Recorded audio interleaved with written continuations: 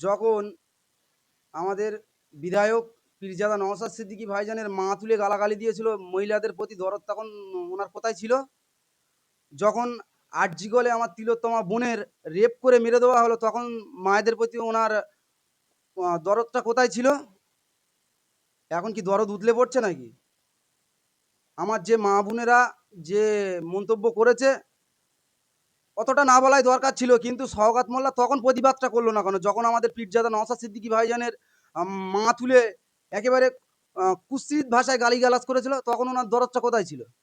আর উনি যে বলছে যে মুখ্যমন্ত্রী আমাদের মা, মুখ্যমন্ত্রী আমাদের জননী, জননেত্রী, তাহলে তো উনি তো যখন সিপিএম সরকারে ছিল তখন তো উনি তো ওই ওনার নিজে মা বলছে যাকে, সেই মাকে তো অ্যাটাক করেছিল জীবনতলাতে, যাকে এখন পচা নেতা বলে, আর সেই আরাবুল বাঁচিয়েছিল। তখন ওনার মায়ের প্রতি দরদটা কোথায় ছিল? এখন দরদ উতলে পড়ছে? ভাঙড়ের মানুষকে কি বোকা বানানোর চেষ্টা করছে? কত প্রতিবাদ করবে? যাদেরকে যে মহিলাদেরকে নিয়ে আন্দোলন করেছে, খবর পাওয়া গেছে কিছু তোমার ওই যাদের ওই বাচ্চাদের মিড ডে মিলে ওই কি খিচুড়ি স্কুলের ম্যাডামদের ধরে নিয়েছে, তাদেরকে হুইপ দিয়েছে যে আমাদের এই প্রোগ্রামে যেতেই হবে, না তো তোদের চাকরি করে দেবো। কিছু দিদিমণিকে ধরে নিয়ে এসছে, কিছু বাড়ির মহিলাকে জোর করে নিয়ে এসছে, কিছু মহিলাকে শাড়ি দেওয়ার আশা দিয়ে নিয়ে এসছে। ওনাদের পিছনে লোক আছে ভাবছেন?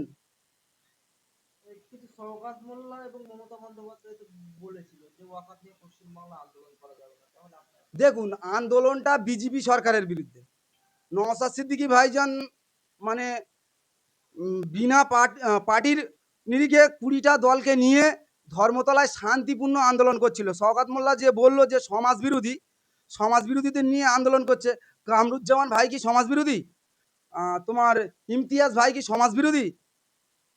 মমতা ব্যানার্জি ওনাকে সার্টিফিকেট দিয়ে রেখেছে, তুই বোমা দিস, তুই গুন্ডামু করিস। উনি যদি সমাজ বিরোধী না হয়, তাহলে এনারা কি সমাজ বিরোধী? সমাজ বিরোধীদের নিয়ে আন্দোলন করছিল। আর আন্দোলনটা করছিল কেন্দ্র সরকারের বিরুদ্ধে। তাহলে চুল করছে কেন রাজ্য সরকারের? তলে তলে সব মানে দাদা দিদি একই, মানুষ বুঝে গেছে। উনি তো মূর্খ, এক কলম লেখাপড়া জানে না, কথা বলার এখনো জ্ঞান হয়নি, প্রধান হয়ে বসে রয়েছে। আবার উনি সার্টিফিকেট দিচ্ছে কি নওশাদ সিদ্দিকীর রাজনীতি শিখতে গেলে শওকত মোল্লার কাছে খাতা কলম নিয়ে যেতে হবে? ভাবা যায়? নিজের এখনো কথা বলার ধরন হয়নি। ওনার থেকে যে ২-৪ বছরের শিশু ভালোভাবে কথা বলতে পারে, উনি সার্টিফিকেট দিলে হয়ে যাবে? মূর্খ একটা। ভাঙড়ে যতগুলো তৃণমূলের নেতা আছে, এক চুল পরিমাণ জ্ঞান নেই। কোথায় কি বলতে হয় এখন সে শিক্ষা হয়নি। উনি ভাই নওশাদ সিদ্দিকী ভাইজানের সার্টিফিকেট দিচ্ছে যে খাতা কলম নিয়ে রাজনীতি শিখতে হবে।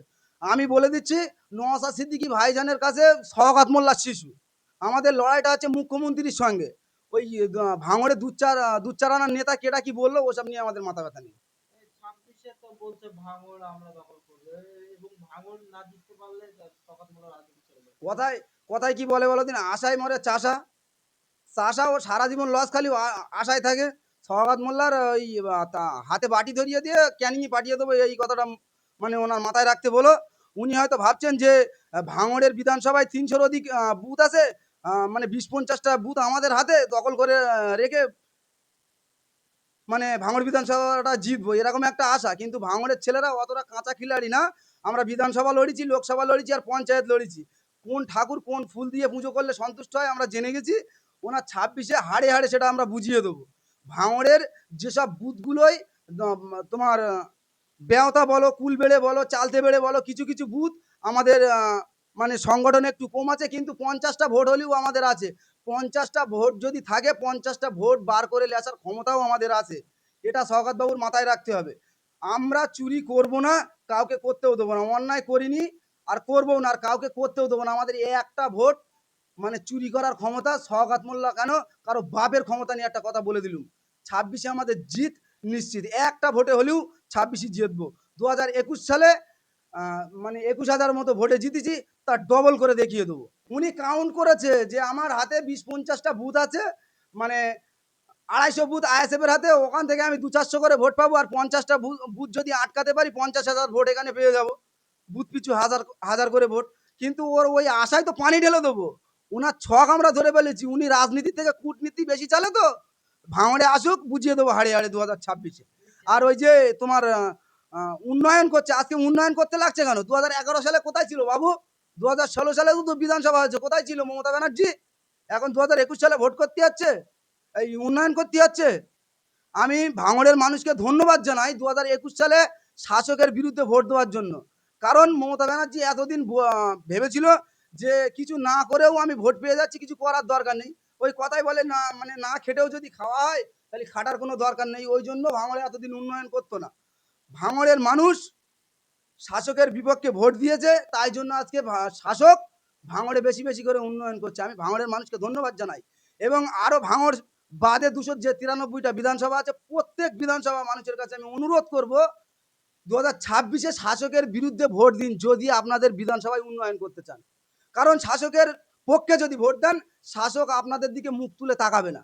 আর শাসকের বিপক্ষে যদি ভোট দেন, তাহলে শাসক সেখানে জেতার জন্য, মানে 2021-এ যদি বিধানসভায় ভাঙড়ে বিধানসভায় শাসকের বিরুদ্ধে আমরা ভোট দিয়ে যদি আমাদের এখানে উন্নয়ন করতে পারি, আপনারাও 2026-এ ভোট দিন শাসকের বিরুদ্ধে, আপনাদের এখানে উন্নয়ন হবে, আমি কথা দিয়ে গেলাম।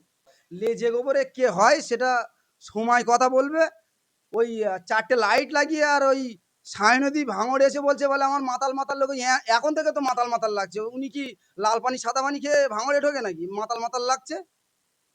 আর ওই ভাঙড়ের ছোটখাটো সব পুচকে পুচকে নেতা, যাদের কোনো শিক্ষা নেই, তারা বলছে সওগাতবাবু উন্নয়ন করছে, সওগাতবাবু উন্নয়ন করছে। সওগাতবাবু কচু পোড়া করছে। ভাঙড়ের মানুষ শাসকের বিপক্ষে ভোট দিয়েছে, সওগাতবাবু জ্বালায় উন্নয়ন করছে, আমি বলে দিলাম। আর শাসক উন্নয়ন করবে না কেন? ভাঙড়ের মানুষের কাছ থেকে ট্যাক্স নেয় না? ভাঙড়ের গরিব মানুষ, খেটে খাওয়া মানুষ, যারা ভিক করে, তাদের ট্যাক্সের টাকায় সরকার চলে। তাহলে ভাঙড়ে উন্নয়ন করবে না, কোথায় করবে? তোমাদের চুল করছে নাকি উন্নয়ন হচ্ছে বলে? যদি অত চুল কই, তাহলে বলবো দিদিকে বলে দিন যে মুখ্যমন্ত্রীর পদ থেকে পদত্যাগ করতে। উনি শাসকের হচ্ছে, ওনাকেই উন্নয়ন করতে হবে। আমরা বিরোধী দলের নেতা, ভাইজান, ভাইজানের মানে ভাইজানের কথা হচ্ছে ভাঙড়ের মানুষের কি লাগবে না লাগবে সেটা বিধানসভায় গিয়ে বলা। ভাইজানের কর্তব্য ভাইজান পালন করছে, শাসকের কর্তব্য শাসক উন্নয়ন করছে। আর তোমরা চুটকে চুটকে নেতা ভাঙড়ে বসে বসে বলছো দিদি উন্নয়ন করছে, দিদি উন্নয়ন করছে। দিদি উন্নয়ন করবে না তো তোমাদের বাপ উন্নয়ন করবে? দিদি আমাদের ট্যাক্সের টাকা নিচ্ছে, 100 বার দিদি উন্নয়ন করতেই হবে। আমাদের ট্যাক্সের টাকায় বরঞ্চ আমরা গর্ব করে বলতে পারি, আমাদের ট্যাক্সের টাকায় নবান্নয় যে 14 তলায় তোমাদের দিদি বসে থাকে, সেই এসির হাওয়া আমাদের ট্যাক্সের টাকায় চলে। তোমাদের দিদি যে কনভাই নিয়ে ঘোরে, সেই গাড়ির তেল আমাদের ট্যাক্সের টাকায় চলে। লক্ষ্মীর ভান্ডার দিচ্ছে বলে তোমাদের চুল করছে নাকি? লক্ষ্মীর ভান্ডার তোমাদের দিদি বাপের ঘর থেকে দিচ্ছে? তোমাদের দিদি কি নিজের জমি বিক্রি করে দিচ্ছে? ওপেন চ্যালেঞ্জ করছি অন ক্যামেরায়, দিদিকে বলুন সরকার থেকে পদত্যাগ করতে। 6 মাস তোমাদের দিদির প্রকল্পগুলো চালিয়ে যেতে বলো, তোমাদের দিদির ভান্ডার সব খালি হয়ে যাবে। শাসকে বসে থাকলে উন্নয়ন করতে হবে। আর উন্নয়ন যদি না করে, চোখে চোখ রেখে কি করে আমাদের অধিকার ছিনিয়ে নিয়ে আসতে হয় সেটা আমরা ভালো করে জানি। শোনো, আমি একটা কথা বলি, উনি পাগল হয়ে গেছেন। নওশাদ সিদ্দিকীর পাওয়ার এখন উনি জানে না। উনি যে স্টেজে যাচ্ছে, কোন স্টেজে পাল তুলে দিচ্ছে আর কোন স্টেজে থেকে মাতাল হয়ে যাচ্ছে। আমি তো এখন বসে বুঝতে পারছি, উনি হয়তো ভাঙড়ে যখন ঢোকে লাল পানি সাদা পানি চালিয়ে আসে হয়তো, না তো মাতাল হওয়ার কারণ কি? 4টে লাইট লাগিয়ে এসি পরে মাতাল হয়ে যাচ্ছে। বাহ বাহ। আমার নাম মিরাজ মোল্লা।